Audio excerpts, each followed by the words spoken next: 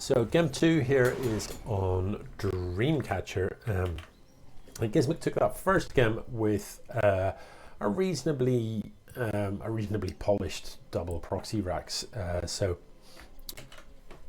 looks like gzmq has certainly been looking at various builds and stuff, and things that you can do as Terran. Yeah, the double proxy is, it is a strong build. If you're doing that as Terran, the important thing is kind of getting the bunker down and having that to fall back on, keeping up the marine production, making sure you're not going to get supply blocked. What is this going to be? Is it going to be a, I'm not sure, interesting location for this worker. It's awfully early for a proxied starport. You don't really see proxy starport very often at all. ScallyWag is going to send the scout across pretty early this time, and I like that. I think if I'd been proxied in the previous game, I would definitely be sending a nice early scout across. It's a very early forge again from ScallyWag, with the first gas only going, oh no, that's this. Yeah, first gas just going down now. Yeah, so I'm not sure what he's got in mind with that. The last game he didn't really use the forge at all, but he did build it.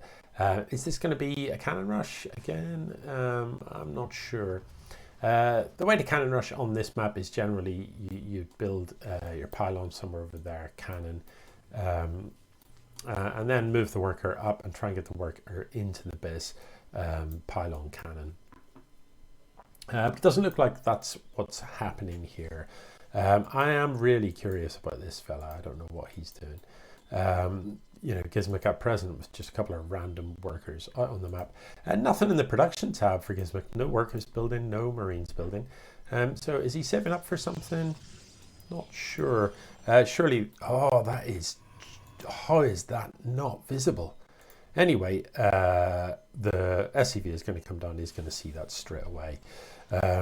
What you've got to do here is ScallyWag, you have to keep that worker alive. You can't be taking free shots like that. And this particular worker has already taken some damage. You need to mineral walk that out of there. This is over, because look how much damage the worker's taking. You can't, as gzmq, you just need to kill the worker.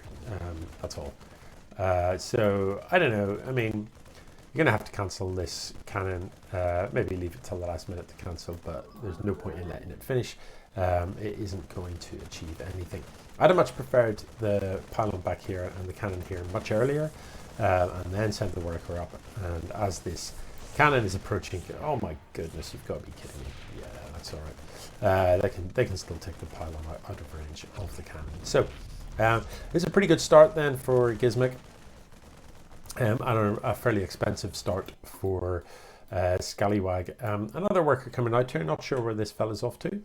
Is he just going to go for like a follow-up scout or something, or just maybe I am a strong proponent of having in the early game maybe a worker in the middle of the map somewhere about here, so that if a kind of push or a half push comes out of your opponent, you see it. I'm not too sure about going up the ramp here. It was pretty recently you were up here. I'm not sure what you're going to see. Was this just a miss rally? I mean, what is going on here? It's right there. It's just a worker right there. Weird. Anyway, at home, shield battery cannons. Do you need these? Like, you've got a worker in this base. You can see that there isn't a big push coming. I'm not sure why you need to be spending that money on sort of random defensive structures. There's only one rack at present, second one on the way. Don't really know why there isn't an expo for either player as yet. And gzmq hasn't been building workers, and as you can see, ScallyWag at least is saturated, but is also not building workers. And it doesn't really matter what build you're going for. You need money for it. Like you've got to build workers. You can't skip workers. There are very few builds that require you to cut workers while you're still on one base. It's a really unusual build indeed. This has come out to be a proxy starport. I'd love to see the tech lab go down and the fusion core at home, and it be a proxy BC. Although, to be honest, there's not much point in the proxy this late. The point of a proxy BC is generally so that it gets there quicker, because BCs fly very, very slowly. They're pretty slow. So you proxy it and you fly the BC in so that it gets there nice and early and it hasn't had to teleport in. The other alternative is, you build the starport at home and you teleport into your opponent's base nice and early and you just fly out. Obviously that is a riskier strat because, if they've got a bunch of blink stalkers or whatever, there's still a reasonable chance then that they might be able to snipe the BC. Although, takes a long time for 4 stalkers to kill a BC, I'll tell you. So yeah, proxy battlecruisers are not something you see terribly often. I'm not sure why there's a factory building here as well. Is this bit of mine seriously just going to walk in? No. I'd much prefer to burrow down here, just burrow it here, and it's going to kill the worker that's been sent down to build the Nexus, although it isn't building the Nexus, and I'm beginning to worry about that. Still no workers in production for gzmq, so this Oracle has come in and has managed to get 4 kills, which isn't too bad. It's going to fly over here and possibly get another one as well. That mule's on its last run, I would ignore that. Definitely don't fly over the turret, that is bad for your health. So a handful of kills done, and only 14 workers mining minerals for gzmq, which, given that you start the game with 12 workers mining minerals, and here we are 6.5 minutes in, that's not pretty, is it? That is not how the pros do it. So this starport is going to be used for a Banshee, but there's no Banshee in production. I don't get the, if you're going to take your time about it, why proxy the barracks? Because this is now we're well beyond the time that you could have just flown a cloaked Banshee into your opponent's base from home. And in general, you start the Banshee at the same time as Cloak, and they both finish up at a kind of similar time. So let's have a quick look at the units lost tab. Nothing very radical has happened.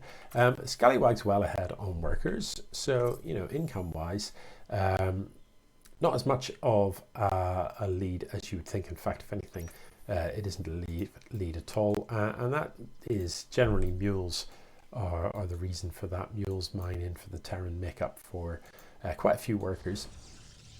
Also, that worker lead is a massive oversaturation here, so really ScallyWag, if he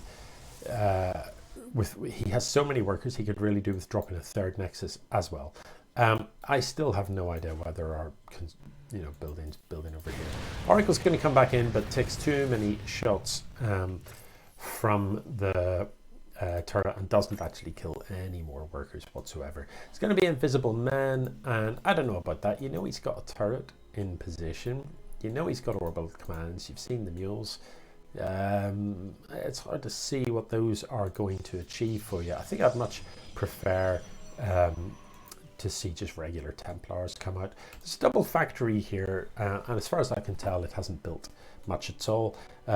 So I don't know. The macro isn't terrible, but at the same time, there's a lot of inefficiency here. We've built, there's a total of 3 factories on the map, and there's only 1 unit that's come out of a factory, and that is a siege tank, and all 3 factories are currently idle. Sorry, 1 siege tank, 1. There's more factories than there are factory units. These 2 cloak Banshees that have been built on the other side of the map, you could have built at home. I don't see the point in these things being all the way over here. I mean, okay, they didn't get scouted, but there has been a long while since any scouting's been done, really, by our Protoss player. So this force for Protoss, scouting is what he needs to do, and hang on, what just happened there? I'm sure the robo was building something, and then it just sort of didn't. So yeah, getting an observer across the map would be nice. Get an idea of what your opponent is building. Sentries can be really useful for the Protoss. And the reason for that is sentries can create hallucinations. You can just hallucinate an Oracle, hallucinate a Phoenix, and send it across the map to scout about. And it'll get shot down, but it's free. It's a hallucination. It's not a real unit. So the Banshees aren't going to... Oh, he needs to drop the Nexus before the Banshees hit the worker. I see, ignoring that worker, you know, you definitely want to shoot that, because that's clearly there to build a nexus, and if you can delay a nexus, that's all great. Oh, these banshees need to be really careful here. Is there blink in the upgrades tab? There is. So, you know, I wouldn't have minded saying an aggressive blink there to snipe one of the banshees, but I think there's about to be an observer out, so we can go hunting for these banshees and just kill them. Given that you know they're on the map, wouldn't mind saying a cannon at the back here, but no matter. I don't know what the delay is in building expands. Like, the worker's been in position for roughly ages, and you know, yeah, I'd like to see it get something done. Yeah, ScallyWag definitely needs to do a bit of scouting. Now the warp prism is moving across here, and maybe he's hoping to unload some invisible men into his opponent's base. How many gateways have he got? Like, you know, 10 minutes in, we've only got 3 gates. But then we're only on 2 nexus, but still only 3 gates at 10 minutes. I mean, you can run 3 gates off your first nexus at the 5-minute mark, can't you? So I feel like there's enough turrets here. There's certainly enough energy for gzmq to be able to scan this and kill them, but we'll see. Normally what you do is you split up the DTs. You don't have them clumped. I mean, they are doing a pretty good job on this mineral line, but generally you split them up so that when the Terran scans, they're not all within the same scan radius. You want them separated out so that only one of them is in a given scan radius. So they're going to get a reasonable number of workers, but look, all 3 of them together mean that that one scan takes out all 3. So in general, what you want to do is split them up. 1 here, 1 here, 1 over here. And that way, you know, at the very least, it's costing the Protoss. It's going to cost the Terran 3 scans. And given that a scan is the same energy as a mule, and a mule mines about 250 minerals, that's a fair trade. You know, you lose a DT, they lose 250 minerals. It's kind of fair enough. So I'm going to speed this up a little. Cyclones coming across the map here.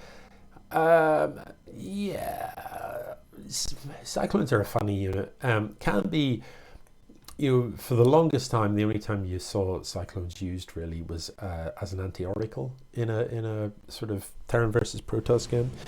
So you get oh, there's something happening there. I think the warp prism trying to fly back in, but being denied. So you would get a single cyclone in your main and just have it patrolling about the place. So if the oracle comes in, the cyclone gets a lock on and it's a guaranteed kill.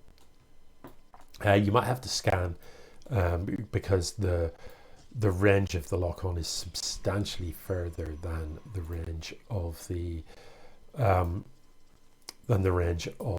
vision. So sometimes you know, if the oracle is running away, it's going to disappear into the fog of war. So you can drop a scan to keep it in sight, and if it's if you can see it and it's on the screen, the lock on is like just goes forever.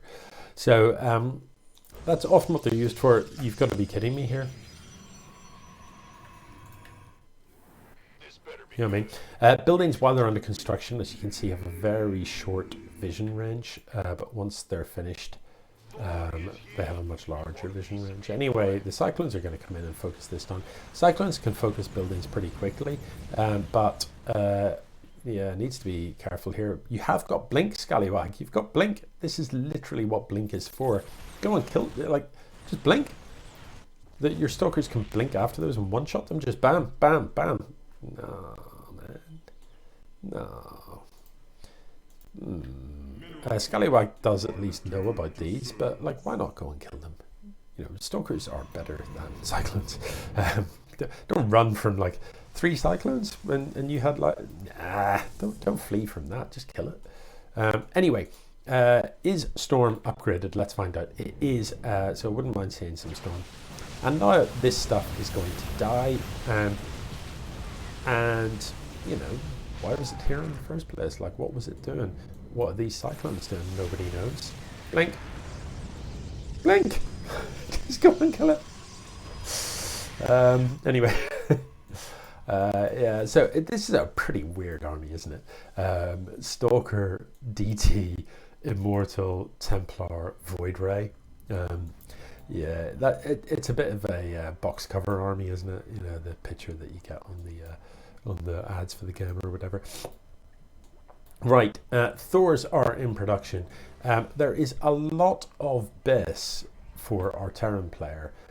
Production wise, the BCs are coming out 3 at a time, soon to be 4 at a time, and that's not too bad. This mineral imbalance, you know, I wouldn't mind seeing the factories churning out Hellbats, which don't cost gas. To just use up that mineral supply. You do not want to be attacking in here. Yeah, I mean, you do not. Look at that for a defensive setup. Turrets, bunkers, siege tanks with Thors at the top of the ramp. That, you know, that is not a place that anybody wants to be. That is just a meat grinder.